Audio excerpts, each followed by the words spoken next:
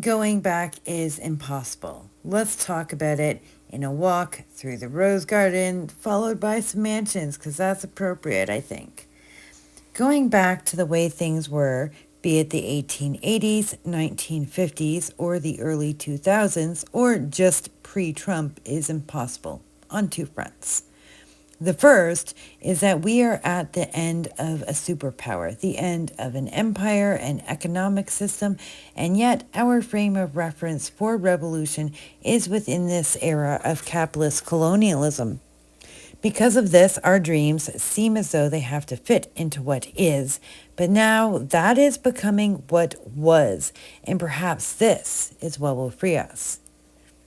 But this is bigger and won't be accepted by most of you until you understand that even within this framework, many countries have crossed the threshold of too late to go back.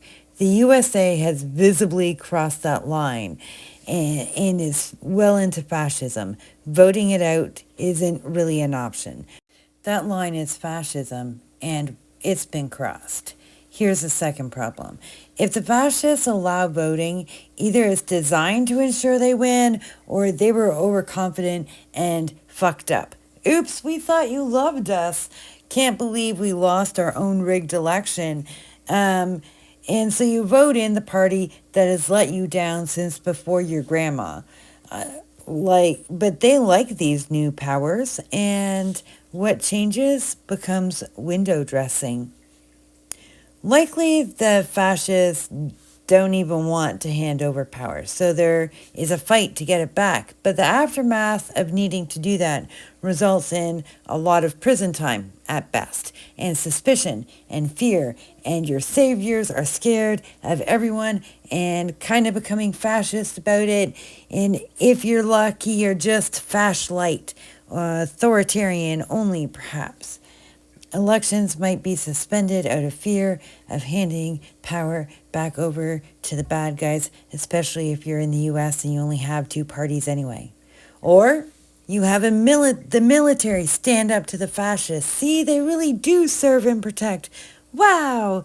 And now you have military rule. Still not back to where you were. Okay, revolution. Yes, this is my preferred option. And like I said, we need some reframing, but revolution still won't get you back to how things were. In Star Wars, revolution tries to restore the Republic after 20 years. Yeah, these things historically take a while, but let's say a flashpoint happens sooner. So you all listen with some hope. All right, let's do this.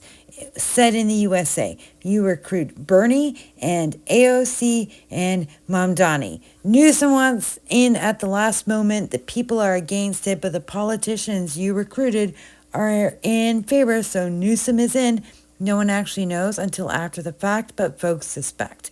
But since you all got some revolutionary academics in your revolution, you create a new idealistic USA and you go utopian and abolish the military except for humanitarian aid, finally becoming commies but without the tanks. But 4 years later, because you wanted a speeded up timeline here, the Musk Bezos army takes over. So instead of that happening, you keep the military and become protectionists and clamp down on dissent and billionaires. Okay, we got one step right. So maybe there's some good rights, but it's balanced out with a lack of freedom, but at least there's no billionaires. Power. That's the problem. The political elite, military, and the wealth holders are why we can't just go back. They got power, they're not giving up any of it. And contending with how to deal with stopping them can take generations to figure out because it's messy. The best revolution will teach us people to keep revolutionizing until we get it right.